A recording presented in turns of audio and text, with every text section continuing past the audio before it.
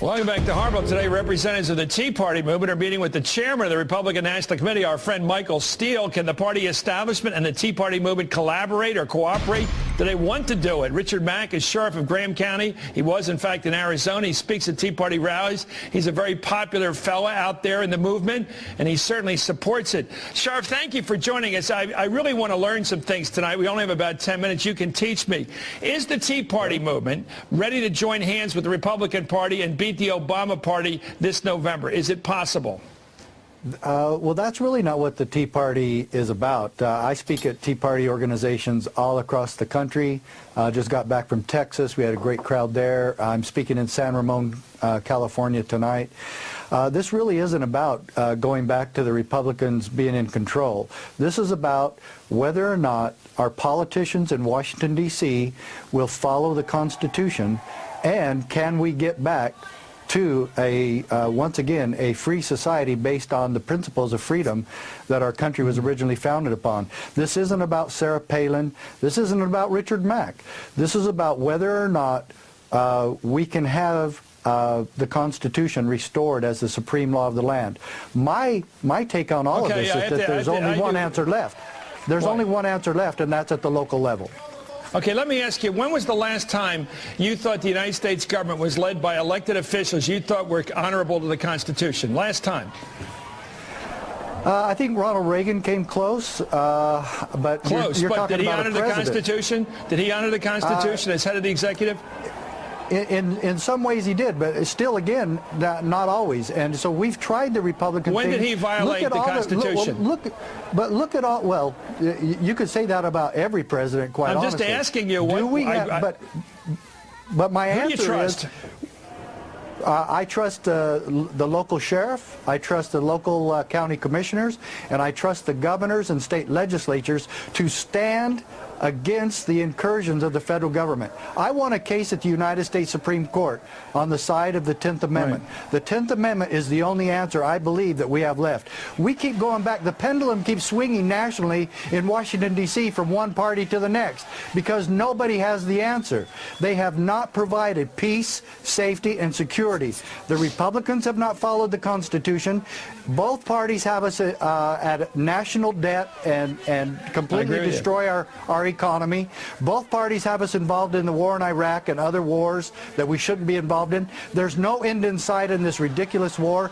Both parties have caused our borders to be infiltration places for terrorists. We pretend that we're having a war on terrorism, yet we allow terrorists to come through our borders. It's easier for a terrorist to enter our country through Mexico than it is for you and me to get on an airplane at our airports.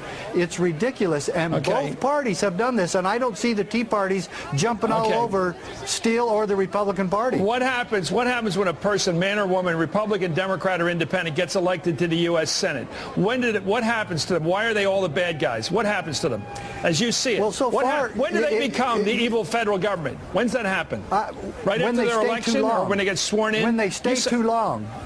Well, I'm telling you, they stay too long. There's been a lot of good people there. You look back at even John McCain when he was first there. He was pretty decent, but he stayed there too long.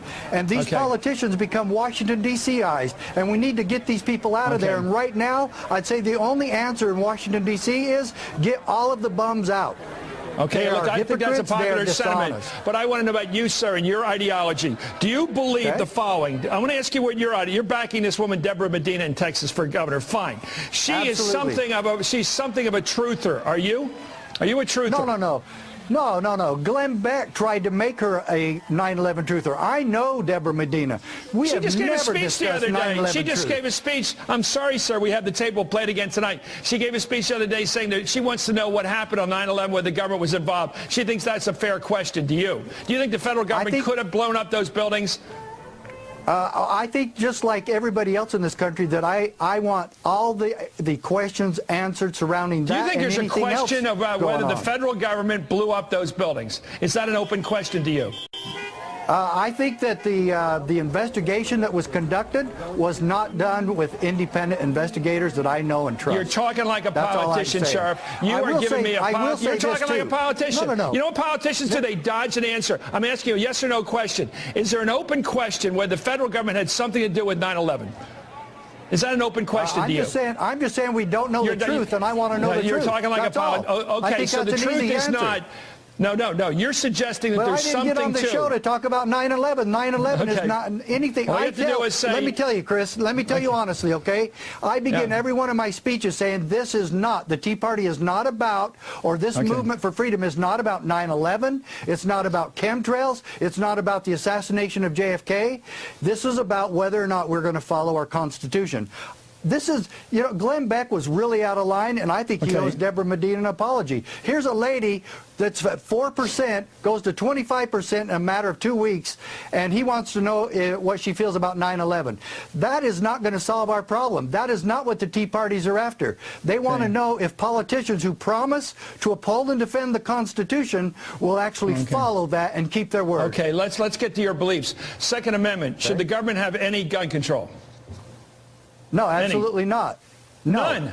No, except you can have any firearm, automatic weapon, whatever you want. Except for felons. Yeah, and I don't need a permit, and I don't need to ask government's permission to be able to exercise a right guaranteed in the Constitution that those politicians already promised to uphold and defend. Do you think if you drove a tank down the street or carried a bazooka, would the federal government have a right to take it out of your hands? You can't keep and bear that. These are weapons that you can keep and bear. Automatic weapons. Can you have an automatic weapon without the government getting in your way? Should you be allowed to have an automatic weapon? It's none of their business. It's none of their business what kind of gun I own. So back in the 1930s when they outlawed Tommy guns, they were wrong. Yeah, what did that hurt? What did it reduce crime? Did it reduce crime? No. All it did was embolden people that had them, like anybody that was the gangs in Chicago. It hasn't reduced crime. Gun control has never reduced crime. Let's not pretend here. It has never happened in world history, ever. Okay, let me ask you about your beliefs about the federal government. Do you think the federal government is bad in itself, or just simply the people that happen to be running it? Do you think there's something that you don't like about Washington? And tell me what that is. No, the institutions of the government. I don't like anything in Washington, D.C. when it's destroying freedom and land, controlling farmers, controlling ranchers, controlling the air we breathe, controlling everything and every facet of our lives. They do not have the authority to do that. It is not constitutionally granted.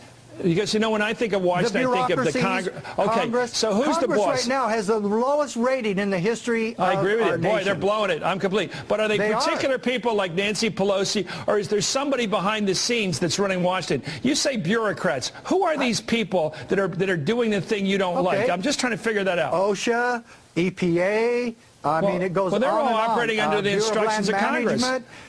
Yeah, but they were all created by Congress. And the worst one, let me tell you the worst one. Who has allowed that random audits by the IRS? We're always audited. Everybody in the United States is subject to a random audit, which is completely and entirely unconstitutional, and yet they will not audit the Fed. The Federal Reserve gets a free ride all the way through because these politicians in Washington, D.C. will not take control and follow their own laws. Occupational Safety and Health Administration, what has that done that you consider is unconstitutional? The who? The OSHA. You just said OSHA is one of the bad guys. This is one of the federal bureaucrats you blame for everything. What they do?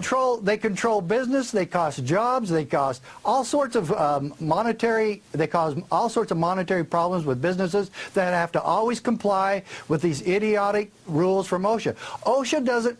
The states and the counties can run their own businesses therein. We do not need Washington, D.C. micromanaging the country or businesses across this country. It is not constitutionally theirs. They have stolen these powers, and the Tea Parties are saying, we're taking back our freedom and we're taking back our country. We're taking back our freedom and we're taking back our country. That's it what it's wouldn't about. concern you. It wouldn't concern you that if some municipality or county said, look, we're going to have a little dangerous, we don't mind it being a little dangerous here. We want to bring in industry. So we're going to compete with other counties and we're going to have less safety regulations. That wouldn't bother you. That's obviously why we have federal laws on safety regulations, so that the workers, the men and women who go to factories in the morning for 8 hours a day, don't have to go where some companies had lower safety standards, so it's competed to go into some county that's one and not have any safety standards. If you leave it up to every county, won't big business go wherever there's no rules? You're following I'm just the problem. asking. When I beat the case, when I beat the federal government, I beat the Clinton administration at the United States Supreme Court in 1997. Right, I know. And this is the thing they pointed out. Oh, as long as you can weigh the burdens or benefits, as long as you can weigh the benefits, then we'll say they're constitutional and they should be there. No, I'm saying put the Constitution first. If it's not constitutionally allowed, they don't get to do it, whether you can add benefits to it or not. But everybody believes in the Constitution. Let me ask you this. You're not a birther. You're not a truther. They don't either. Yeah. Who doesn't believe in the Constitution? Oh, I'd say every politician in Washington, D.C., except for Ron Paul. They don't believe in the Constitution. Well, they don't follow it. If they believe in it, maybe they would put it into practice. But Congress shall make no law.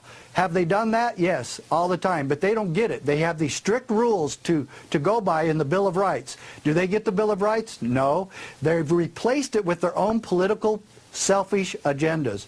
Yeah. And that's what the Tea Party groups are really tired of. And the Democrats and the Republicans have sold out. They don't believe in the government of the United States founded by the Founding Fathers. Exactly. Exactly. That's why the Tea Parties are taking off the way they are. Right. Well, I agree they're taking off because people don't like unemployment. They don't like high taxes. They don't like the fact that government isn't paying its way. I would argue that's because the citizenry aren't demanding honest politicians is the big problem, who honestly will pay for programs that because people promise free things to people all the time and don't want to pay for them. I keep asking Republicans, Sheriff, on this show, list the federal programs you want to get rid of and stop giving me loose talk about the Constitution. List all the agencies you want to get rid of if you want to balance the budget. Don't keep telling me how you're going to cut taxes. Get rid of programs. Republicans won't do that anymore. They stopped doing it back in the 70s. They won't get rid of anything. Why did George Bush sign every spending bill? Every single spending bill he signed. Yeah.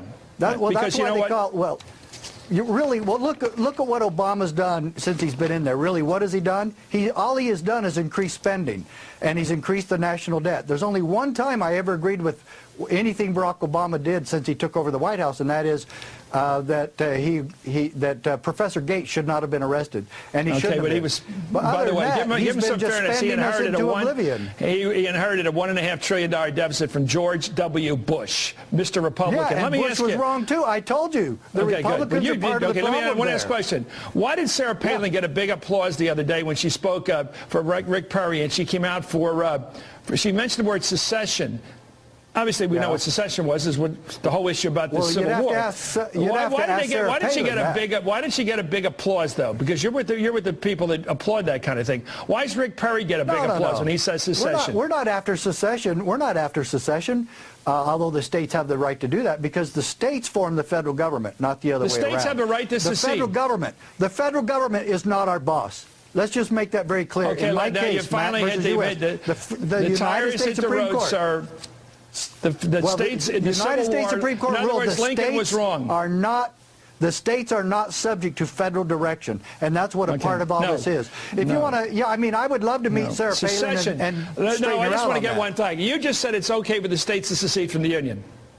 Well, they have the power if they want. They're the ones that started this union. That's what I'm saying. Okay. Well, that was an issue resolved in 1861. About that, but I'm not. I have not preached that, and you've never heard me preach that ever. Well, you just said you have the right to. I don't think they do. But anyway, thank you, Mr. Mack. You're an honest man.